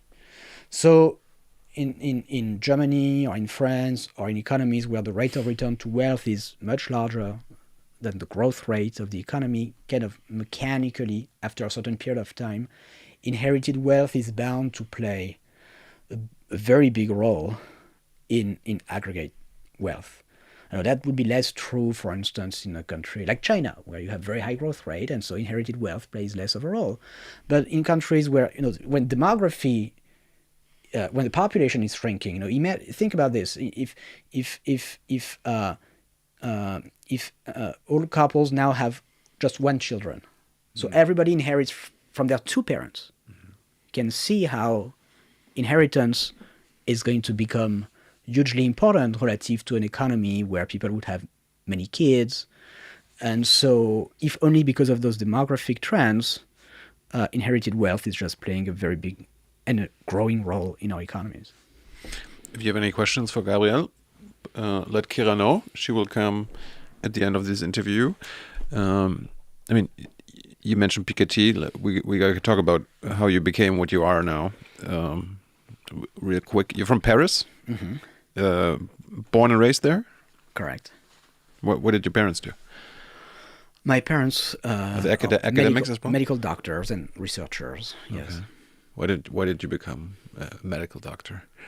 Why did you become an economist? Because like most social scientists, I was influenced by the context when I made my professional choices. And so for me, it was the great financial crisis, the Great Recession of 2008, 2009. In 2008, I was 21. I was hesitating between, you know, academia, other stuff, civil servant. And that's when there was the beginning of this huge economic crisis, and that I wanted to understand what was going on. And so that's when I started looking into statistics on international investments, cross-border capital flows. And I realized there is so much money that's flowing in and out of places like the Cayman Islands or Luxembourg or Singapore, tax havens. In those data, it's very striking. You know, you go to the IMF website or OECD and you download the data, and the tax havens, they're really big. They're front and center, you know, in your face. And I thought, wow, that's really interesting. It seems to be really big. And yet economists are not talking a lot about that. There was very little research at the time. There was like NGOs or sociologists, or there was research in political science on offshore financial centers, but very little work in economics. And I wanted to understand what role did this play in the financial crisis. Does this mean that we are underestimating inequality? What is legal or what is illegal in those flows and that wealth in tax havens? And that's what convinced me that, first of all, economics is a very important topic, see the financial crisis, and that a key to making some progress in some of these important questions of financial stability, of taxation, of inequality, went through an empirical study of tax havens. And so that's what I did in my PhD. Where did you study? What university? Or Oh, I did my PhD at the Paris School of Economics. that's in not a Paris. university? It is, it's a higher education institution. It's a foundation that's just specialized in economics. That's one of the biggest places to do graduate economics in Europe, on par with places like the London School of Economics, for instance. Like I had many guests here who became economists and are professors now for economy, and most of them, especially the German ones, they tell you when they went to university, they got fed in neoclassic ideology, a neoliberal ideology. How was it at your school? Economics if you look back now. Yeah, I mean, it's the way economics is taught is very similar, very uniform globally. So it's the same stuff. I can't say that I was fascinated by it. I think there's a pretty big disconnect between how economics is taught in undergraduate programs, in master's program, and what research in economics today actually looks like, which in many ways is more empirical, which at least in my corner of the profession is more also interdisciplinary. I work a lot with historical data. And so it's not because of this coursework that I decided to become an economist. It's more because I wanted to understand, and the type of approach that I try to implement in my work is not like starting from a neoclassical model of how general equilibrium of the economy looks like and try to apply that to certain economic questions, but more like a detective. There are all these billions in tax havens. What is the story behind that? Let's try to understand. But that's a rarity when it comes to leading professors of economics in Europe, or also just dealing with our economy or capitalism when it comes to the impacts on the planet, inequality itself, or why we have capitalism, why we must have capitalism. I mean, I tried to study this economics as well. I hated it, and you're not alone, and that's understandable. But the professors who are leading professors now in Germany, what they all have in common is they didn't study why capitalism is the right way to go. Nothing about inequality, and also nothing about the impacts on ecology. What about you? Did they teach you at least? No. Did they make you read the history of economics? Like, did they make you read Adam Smith, Karl Marx? No. No. Did you wonder why? Yes, a little bit. I think I was critical then, and I'm still pretty critical of the way that economics is taught. And there have been some improvements since then, but I think, frankly, much more should be done. But I also, it wouldn't have made a big difference to me in the sense that I didn't come to economics by reading like Marx or Keynes or Adam Smith when I was 16, and that's not what I'm fundamentally interested in as a researcher. I'm more interested in, okay, here's an interesting puzzle in the data, and I want to understand the story behind that. I want to get to the bottom of it. Like, why do we see trillions in the Cayman Islands? What does it mean? What are the implications? I'm fundamentally interested in better measuring economic activity. Like, measurement is a basic scientific is basic scientific work, right? Is at the foundation of any science or scientific study of the world. And for me, finding better ways to measure how much wealth is held in tax havens, how much profits are shifted by multinational companies to Ireland or Bermuda, how inequality has evolved, how we can compute growth and inequality statistics consistently, kind of improving our basic way to capture economic and social reality. That's what I've been mostly interested in from the beginning of my research. Sounds like a true scientist. I had also guests here, economists, who say economy itself is not a science. Is it a science? Because there's, of course, the large critique when it comes to neoliberalism, capitalism, that neoclassic or neoliberal economics disguises itself as a natural science. Yeah. You can argue it's a social science, but I think it's a social science. I think that's the right word. I had Steve Keen here, like he's an Australian professor. He's like, it's not a science at all.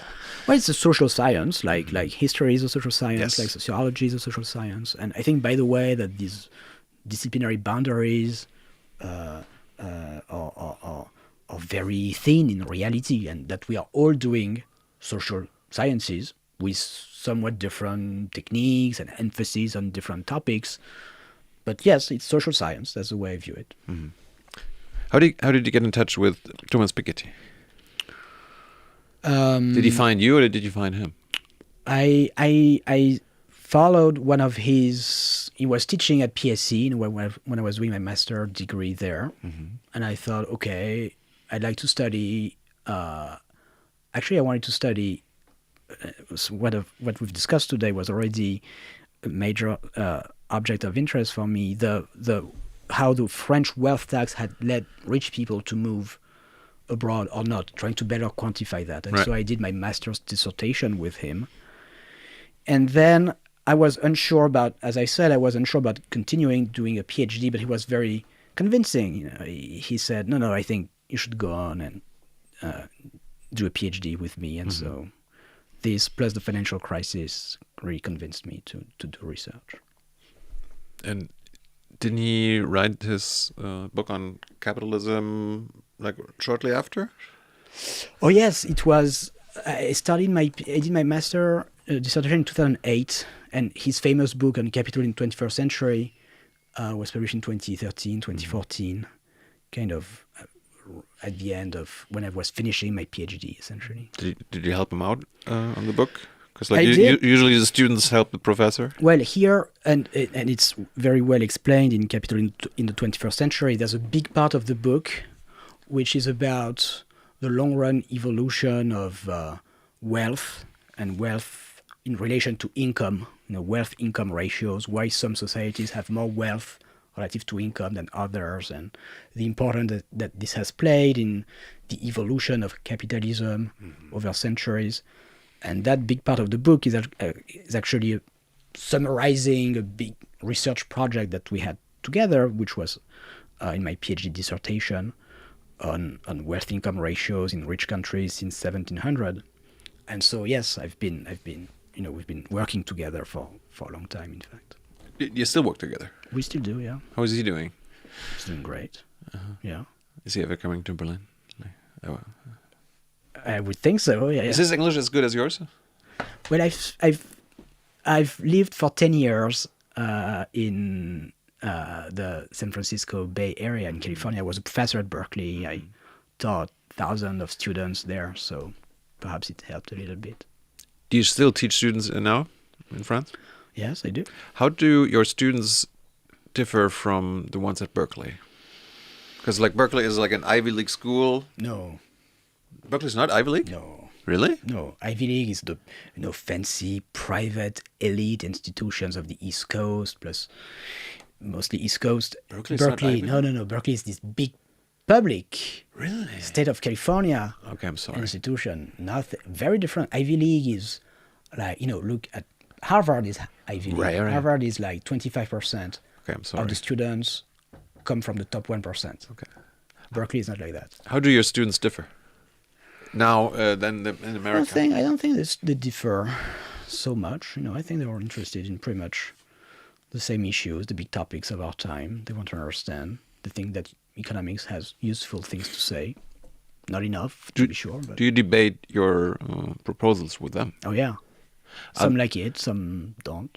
Are they more in your camp or in my camp when we I like go based on this conversation? like, they're representative of the population as a whole, meaning 80%, 90% in favor, but not 100%.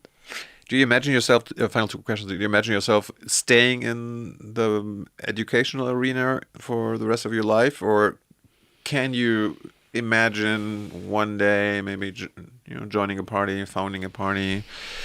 Is that out of the discussion? Nothing is out of discussion. I love my work, to be clear. I love doing research. And just, at the moment, I have so much excitement from researching new topics, from teaching students, from training PhD students, mentoring PhD students, developing our international tax observatory. It's the dream job, so I'm 100% happy with what I do. Whether in 10 years, 20 years, 30 years, how things would be, I don't know. Maybe you get bored or something.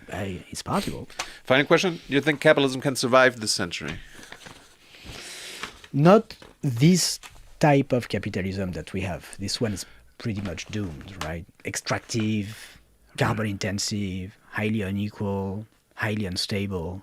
So it will be, it's that form is doomed. It has to be something else, which could be really pretty different from current capitalism. It could be pretty different with a much lower fraction of output being derived from market production and much more production being in the non-profit sector or cooperative, for instance. So I am pretty sure there's going to be a significant evolution. And there's a famous saying, I forgot the American sociologist. She said, it's easier to imagine the end of the world than the end of capitalism. Can you imagine the end of capitalism? I can certainly imagine many different, radically different forms of capitalism to such an extent that kind of putting them all under the umbrella capitalism, I'm not even sure it makes a lot of sense, right? To put it differently, I think there will always be some production, some economic activity that's organized through markets, capital accumulation, competition, sure. But whether it's 70% of production like today, or 80%, or 50%, or 30%, 20%, these would be radically different economies. Still economies where the markets, where capital plays some role. You might call them all capitalism. I don't know if it makes sense, but it's clear that there is this kind of enormous variety in how we organize economic production that exists, and I think we'll experiment in a way or another in the coming decades.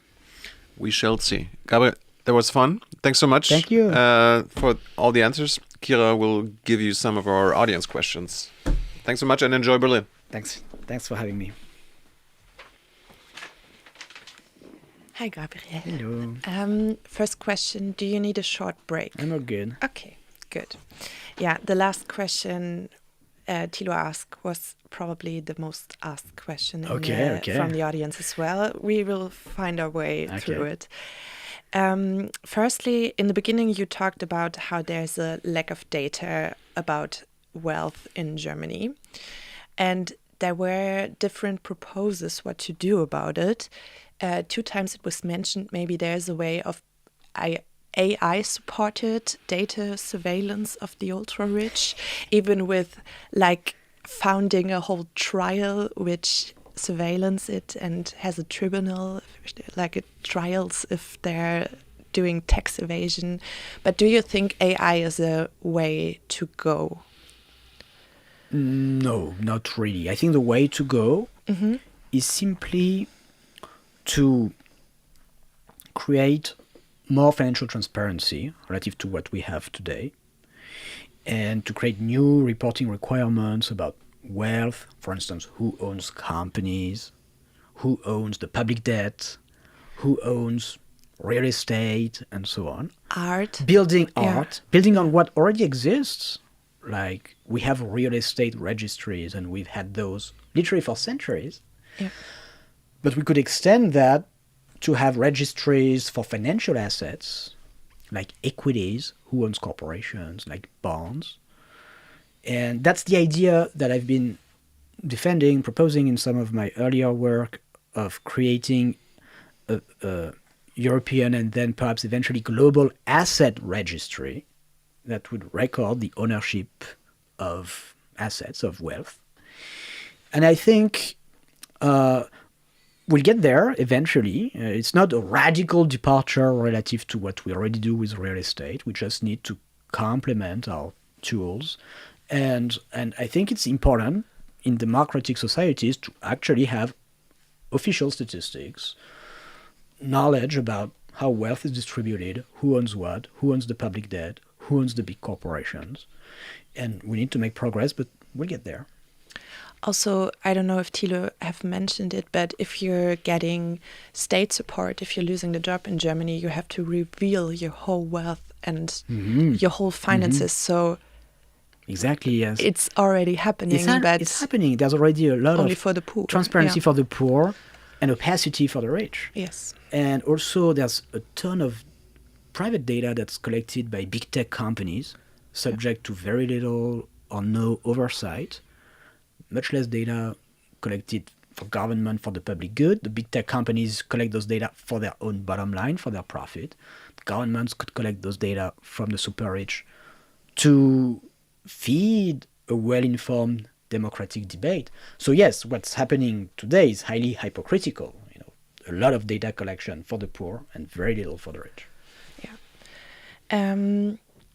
You also talked about global inequality and especially about tax evasion on a global level. There are other proposals. Again, people think they're smarter than you, I'm guessing. No, sorry, I'm being mean. No, but it's good. I mean, nobody has the answer. You know, it's perfectly legitimate and important, in fact, and necessary for everybody to say, you know, here's my idea, let's talk about it. I think they just want to hear your opinion on things. Should companies be reconstructed to pay equal worker dividends, or is there a global minimum wage necessary? So on the minimum wage, I think that certainly we need to move in that direction, and concretely the way to do that is we need to condition market access for foreign multinational companies to the fact that those companies pay a decent wage, and that so as to lower and eventually erase the differences in minimum wages across countries. So I think it's an important goal, and the way to get that is by saying, like for a country like Germany, like you can get access to our market. You have the right to sell your goods, your services to our customers only if you get close to our norms, our rules. And we have norms about taxation, we have norms about minimum wages, we have norms about carbon emissions, and foreign multinationals should be required to get closer to those norms before they have the right to enter the market. Also, maybe the countries where the stuff is produced, they should also maybe say, okay, you can take our workers or give them labor, but only if you pay minimum wage. Yes, absolutely. Also, the transparency aspect again. Same thing, exactly. Yeah. You can get access to our market, but only if you are subject to the same transparency requirements as those that we apply to our own producers. For instance, you have to disclose who your main shareholders are, who owns the company, who controls the company, how much tax they pay. Perhaps if they've paid too little, then they should pay more if they want to keep having access to the market. So that's this general principle of conditioning market access to the respect, the commitment, the implementation of common minimum standards, whether it's on transparency, whether it's on pay policy, whether it's on taxes, I think is actually a very important idea, and that's going to be one of the main ways that we can rewrite the rules of the global economic game, the rules of international trade. We had a set of rules between the 1980s and Trump, let's say, that are all sorts of problems. There's the new kind of rules that Trump is trying to impose, coercion, okay. It has obviously all sorts of problems as well, but the right answer is not a return to the old system, which was also flawed in many ways. I think the future belongs more to this type of approach where countries would say, well, free trade, international capital flows, all of these are good, but it's not the objective in itself, and they have to be conditioned to respecting those more fundamental principles of minimum wage, fair taxation, environmental standards, biodiversity, and so on, that we uphold domestically. Also, a different proposal. How do you think about a society tax? In the way that the more your job contributes to society, the less tax you pay. Like, for example, minimum tax for a nurse and a higher tax for bankers who make financial speculations. Well, I'm all for lower taxes for nurses and higher taxes for bankers and people who contribute to financial speculation. I do think that to make this system work, it has to be based on tangible components, things that are measurable, that are objective, that we can all agree on.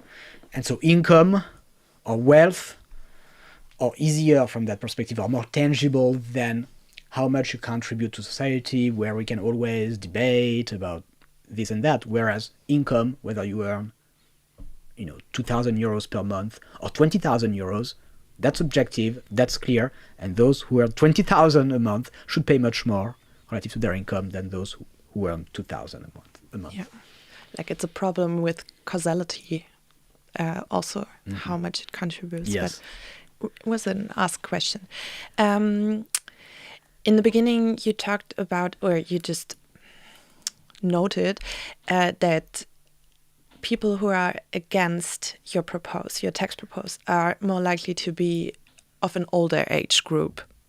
Or Thilo said it, I don't know. Some politicians, maybe. Yeah. Because not people. Yeah. The people themselves, actually retirees, old people are very big supporters, in fact. Yeah. Like all social groups. Yeah, I think it has a, But the politicians, the older politicians who've been like the insiders who've been here for like many years. Also, older people tend to be a bit more conservative, maybe, because there was a question about, is there data to prove that?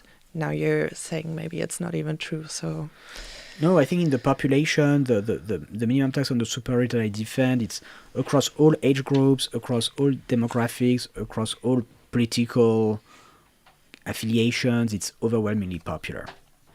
But it's more like among elected officials that, there's this big disconnect with what the population demands. And it's true that people who've been in the political arena for a longer time, perhaps because they are more under the influence of the super rich, perhaps because they are more used to old ways of doing things, they tend to be more conservative. But there was a like higher tax rates for wealthy people in the past, so they should be used to that, right? Well, in Germany and France, not really. In places like the US or the UK, yes, very much so. But it was so long ago. It was before Reagan and Thatcher that people have forgotten about it, and also because there's a whole kind of it's been a whole effort to rewrite history and to make people forget. Like if you talk to Americans today about the fact that the US used to have under Roosevelt, but also Truman and Eisenhower and Kennedy and so on, in the post-World War II decades, a highly progressive tax system with 90% tax rates on the super rich, on very high incomes. Like, people have forgotten about that. No, almost nobody, even in the US, even though that's their own history, knows about this history. But because there's been a big effort to kind of rewrite the history and said, no, the US is a kind of fundamentally low-tax, anti-tax country. It was founded on a tax revolt, the Tea Party, and so on. No taxation without representation. Even though the history of the country is much more complex than that. Yeah. And now they're saying, like, they're cutting off freedom with taxes and very libertarian. Is private ownership compatible with fighting economic inequality? If not, where's the limit to set? It's all a matter of degree. Like private ownership with absolutely no limitation whatsoever, with absolute full power for property owners, no taxes, no regulation, it doesn't work because it ends up with tremendous wealth and power by a tiny elite and eventually the capture of democratic institutions. So that doesn't work. No private property at all, full public property that was experimented historically in communist countries doesn't work at all. So the interesting question is what exact forms of property regulations, property controls, limits to wealth, or organization of property should we enforce? The extent to which workers, like in Germany, should have a say in company boards. Should it be capped at 50%, or couldn't they have more than 50% of the votes? Couldn't it be 2/3, 75%? These are the interesting and the important questions. Or whether there should be a cap on wealth. Billionaires or people with more than 100 million, should their wealth be capped? Should they be allowed to pay zero, or should they pay a minimum? These are the vital question and what the debate is about. Goes in the same direction. You already talked about the future of capitalism, or how you imagine it. There were so many questions about it, so I have to get back to it. But which reforms? You already said, okay, there will be capitalism in the future, but maybe different circumstances still under the name. But which reforms would you see in the future which are necessary, which if you would have a wish list on the basic economic the most important reform, if I could pick something, if I could pick one thing,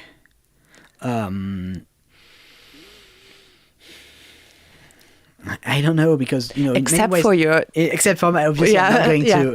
It doesn't I think it's very important. right? I wouldn't spend so much time talking about it, writing books, if I didn't think it was really central.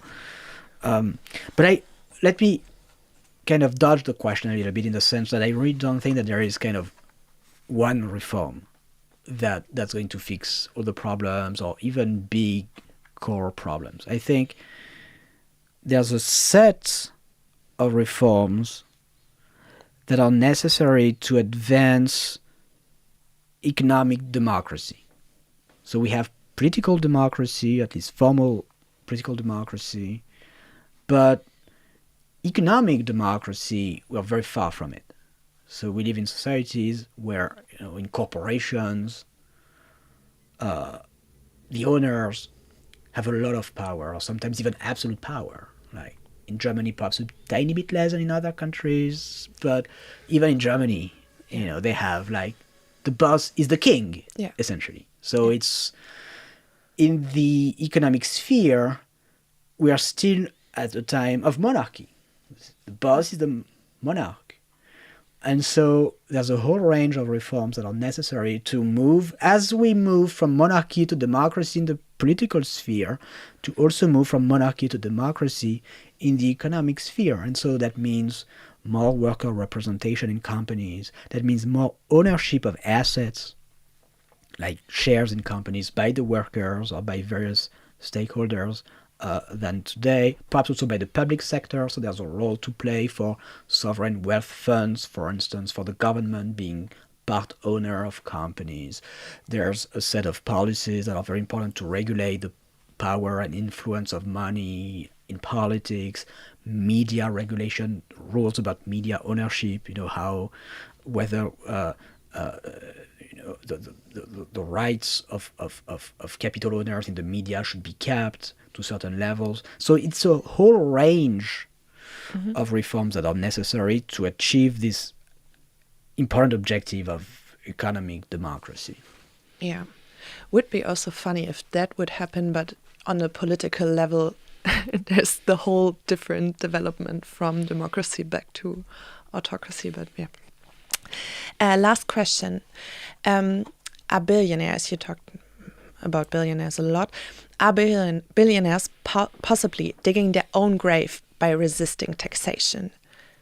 Yes. Because like there's people get less and less satisfied with it, like the owner, not the owner, but the boss of the social insurance, health insurance in America, who got shot, and people were like applauding.